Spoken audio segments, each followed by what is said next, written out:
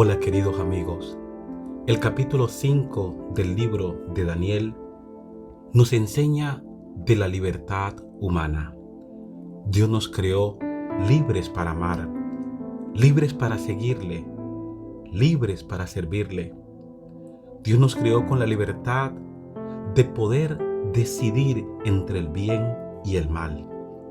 Pero cuando hacemos uso malo de la libertad, somos responsables por las decisiones que tomamos. Dios había alcanzado el corazón de Nabucodonosor desde el año 605, cuando este gran rey comenzó a reinar, hasta el año 562, cuando se cree que Nabucodonosor finalmente murió arrepentido. Su vida y su ejemplo habían dejado un legado del poder transformador del Dios de la gracia. Pero sus descendientes, sus familiares, su pueblo y finalmente también los más cercanos a su familia eran responsables por su propia decisión. Dios no quiere que ninguno perezca. Es su voluntad que todos los hombres sean salvos y vengan al conocimiento de la verdad. Pero hay algo que Dios no puede hacer. Él no puede obligar. Ofrece libremente: venid a mí todos los que estéis trabajados, cansados y cargados, y yo os haré descansar. El que quiera venga y tome del agua de la vida gratuitamente. Dios nos ofrece el perdón de nuestros pecados pasados y el poder para vivir una vida cristiana en el presente. Su gracia provee el perdón cuando hemos fracasado y fuerza para no caer en esos fracasos vez tras vez. Pero ahora nos encontramos con un incidente en los días finales de Babilonia. Daniel capítulo 5 versículo 1 dice: el rey Belsasar hizo un gran banquete a 1000 de sus príncipes y en presencia de los 1000 bebía vino. Habían transcurrido unos 20 años desde la muerte de Nabucodonosor. Ahora Nabonido, el padre de Belsasar, era el soberano de Babilonia, pero había dejado a Belsasar como corregente en Babilonia, y él estaba lejos, preparando una campaña militar. Belsasar, como corregente de su padre, representaba la autoridad y el gobierno en Babilonia. Pero este joven, adulto, había olvidado las misericordias y las bondades de Dios. Y en tiempos de crisis, en tiempos de peligros, se encontraba bebiendo vino. Estaba embriagado, estaba en fiesta, cuando eran tiempos para velar, para orar, para arrepentimiento y para buscar a Dios. Un tipo, un símbolo de un mundo que en la víspera del pronto advenimiento de Jesús se encuentra como en los días de Noé. Cuando es tiempo de buscar, de levantar los ojos al Creador y de buscar al Autor de la vida, quien dice: yo no quiero la muerte del impío, sino que el impío se vuelva de su mal camino y que viva.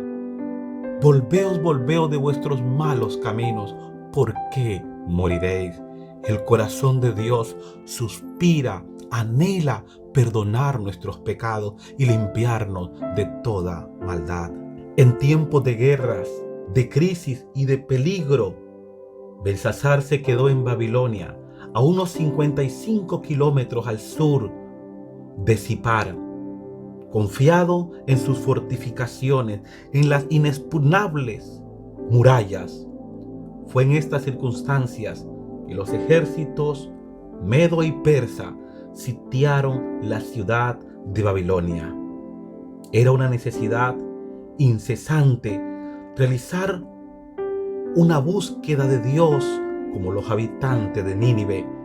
Pero en estos tiempos de crisis y de peligro, Belsasar creía que hacer una fiesta demostraría la confianza y la fortaleza de la ciudad amurallada de Babilonia. Babilonia tenía paredes fortificadas, un suministro de alimento para muchos años y mucha agua. El Éufrates que lo atravesaba les daba a ellos confianza.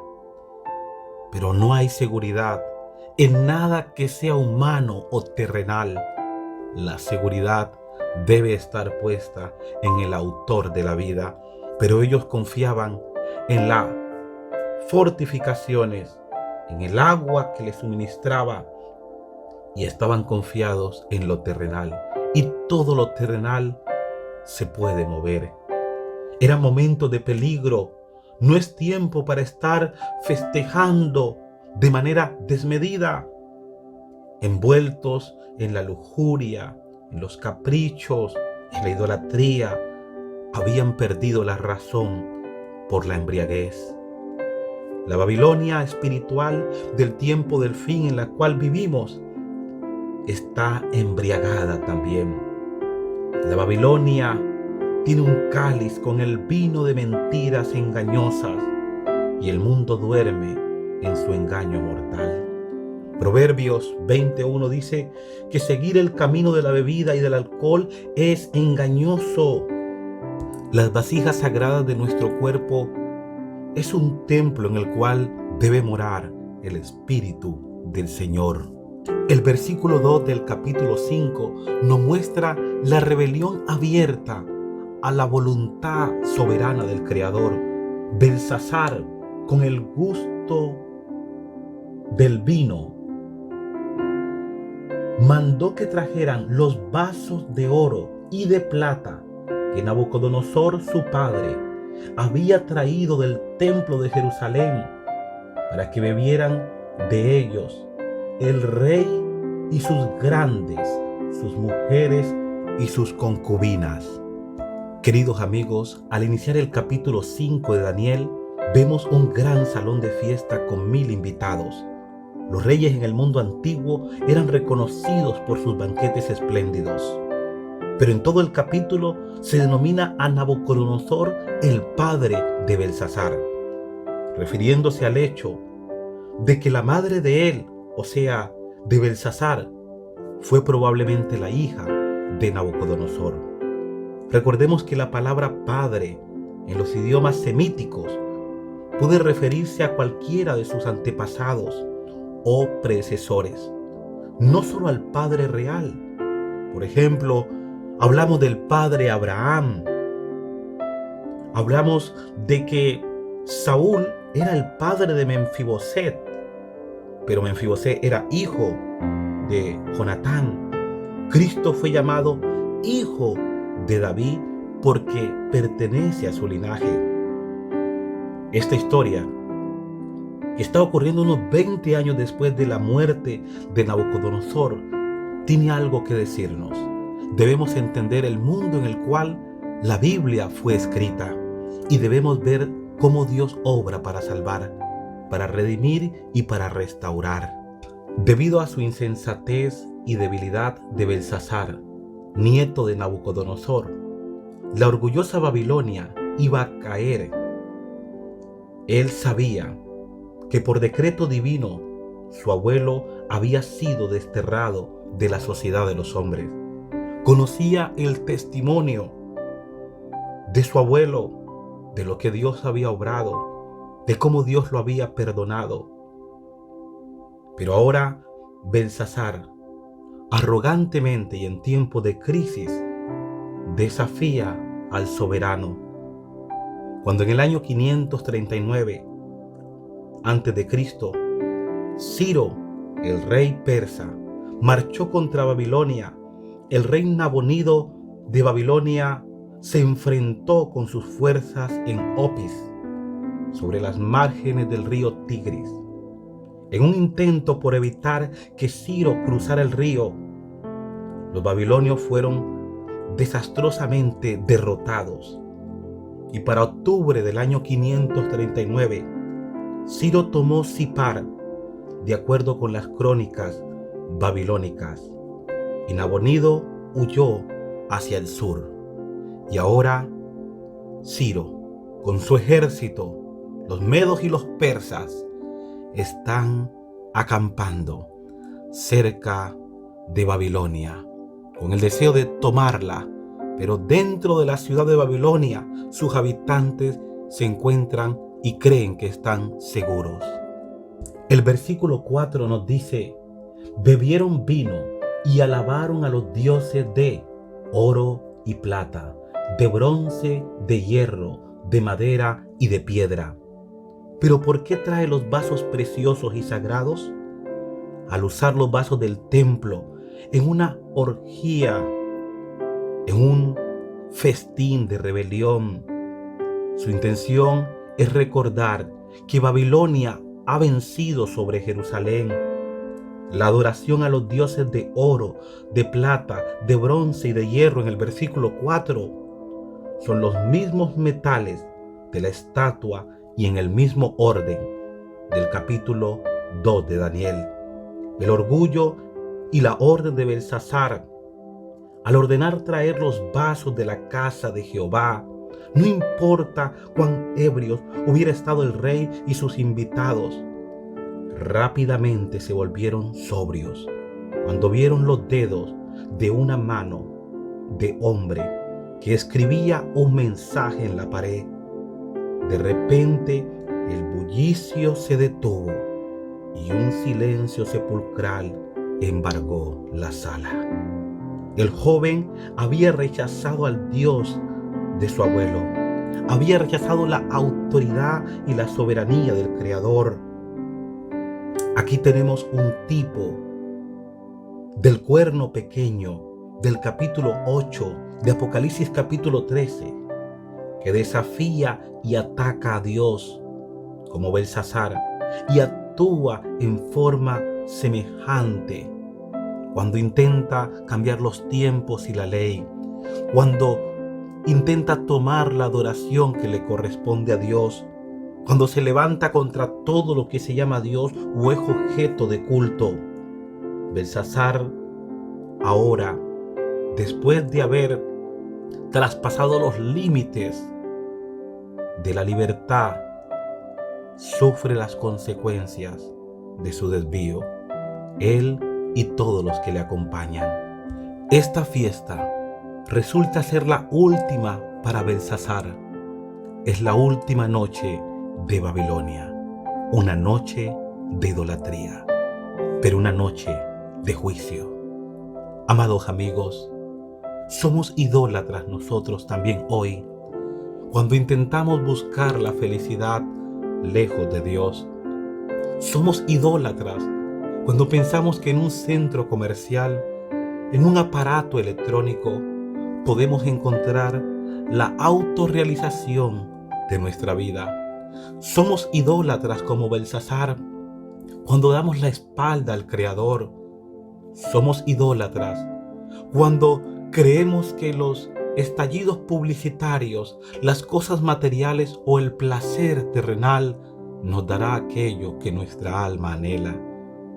Pero esta idolatría moderna no se trata de colocar utensilios de madera, de bronce y postrarnos ante ellos, sino en cosas que ocupan el lugar que Dios debe ocupar en nuestras vidas. Los vasos sagrados, hermosos en su diseño, usados en el templo, símbolos del culto a Dios, ahora estaban siendo usados en un acto insultante al Creador. El pecado de la presunción, lo que había sido dedicado al Señor, estaba usado ahora de manera profana y dedicado a una actividad que no tenía que ver con la adoración al Creador. Después de ver una mano que escribía delante del candelabro sobre lo encalonado de la pared, el versículo 6 nos dice: entonces el rey palideció y sus pensamientos lo turbaron. Se debilitaron sus caderas y sus rodillas daban la una contra la otra. Un ejemplo del terrible desenlace de decisiones tomadas y las consecuencias.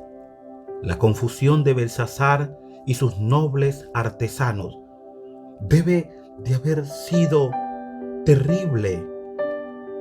La noticia sabían que era un juicio divino. Ninguno de los sabios, magos o adivinos del imperio podía descifrar el mensaje en la pared. El versículo 10 nos dice que la reina madre entra en escena. Los teólogos han dado una interpretación acerca de quién podría ser la reina madre. En la antigua cultura del Oriente Medio, entrar en la corte del rey era privilegio de unos pocos. Nadie se atrevía a entrar en la corte sin una invitación oficial, ni siquiera la esposa del rey. Recordemos el caso de Esther en el capítulo 4 de ese libro de Esther. En ese caso, la reina no podría haber sido la esposa del rey, no con un conocimiento tan profundo acerca de la época de Nabucodonosor.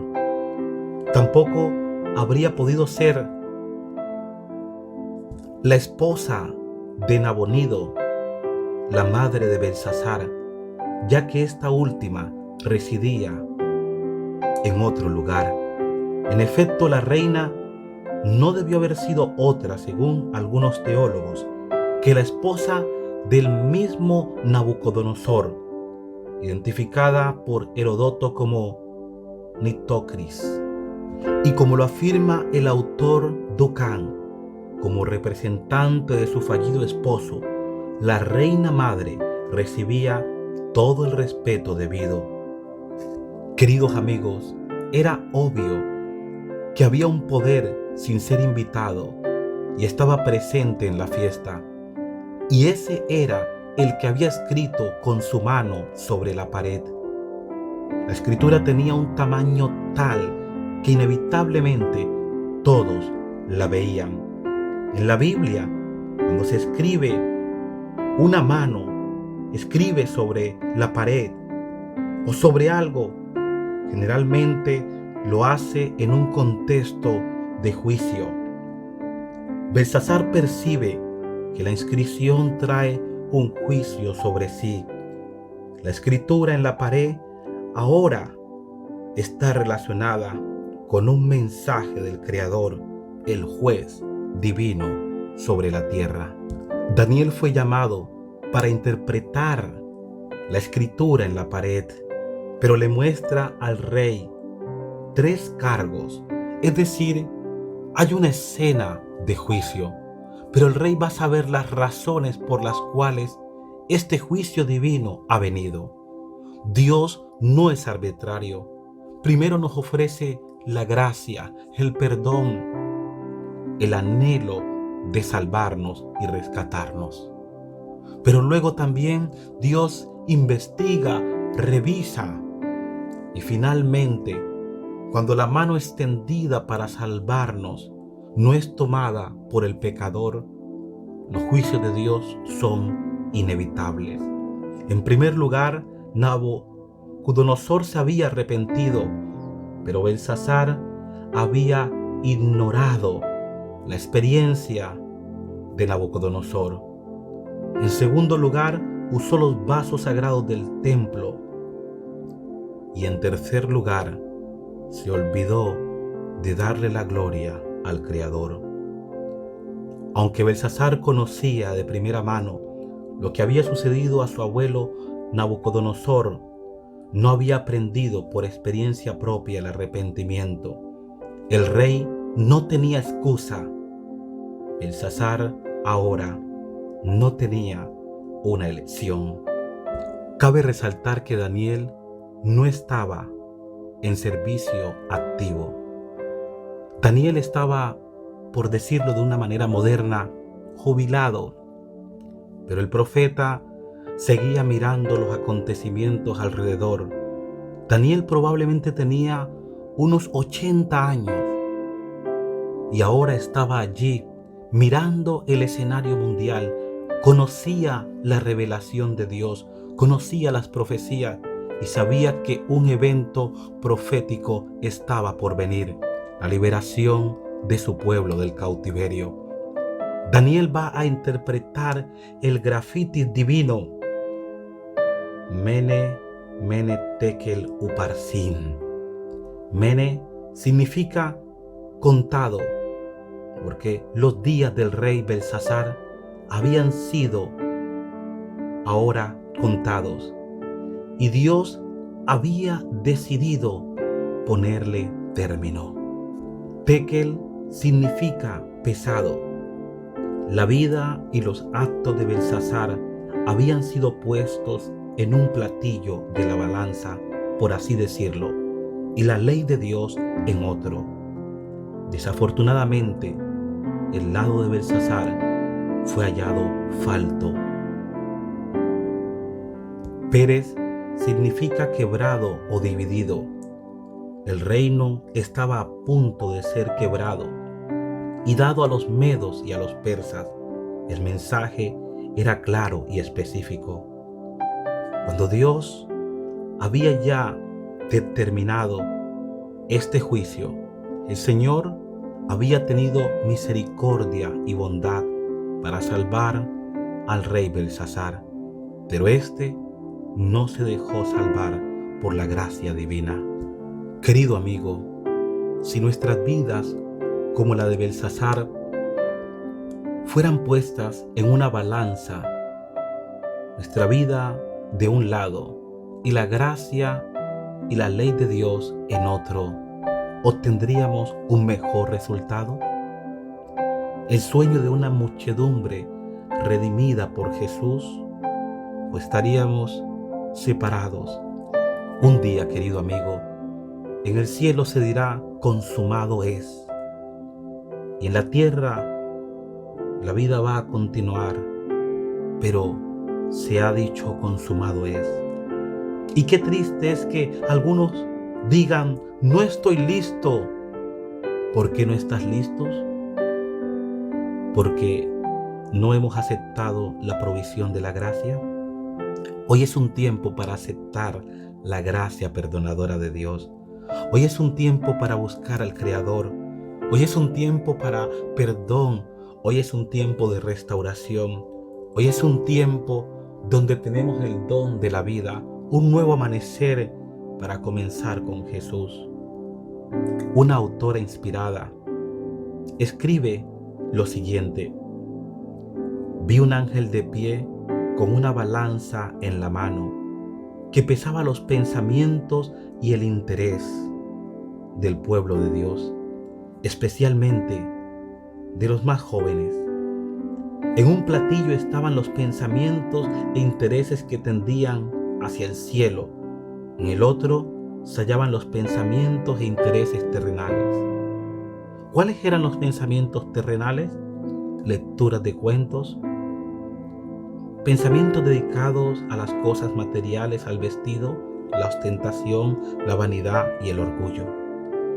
El platillo lleno de los pensamientos terrenales, la vanidad, el orgullo, ahora bajaba rápidamente, a pesar de que se sacaba pesa tras pesa de la balanza. El que contenía los pensamientos e intereses del cielo subía, mientras el otro bajaba. En conclusión, eran más importantes las cosas de este reino terrenal que del reino celestial. Daniel 5:26 dice: esta es la interpretación del asunto. Mene, contó Dios tu reino y le ha puesto fin. Tekel, pesado ha sido en balanza y hallado falto. Pérez, tu reino ha sido roto y dado a los medos y a los persas. El evento de esa noche histórica terminó con varios resultados significativos. Belsasar fue depuesto y asesinado. Dios juzgó a Babilonia por su idolatría y rebelión. Y ahora se avecinaba un amanecer de esperanza para la nación de Israel cautiva en Babilonia. Usted ha escuchado un mensaje de fe, amor y esperanza en la voz de su amigo Javier Moreno.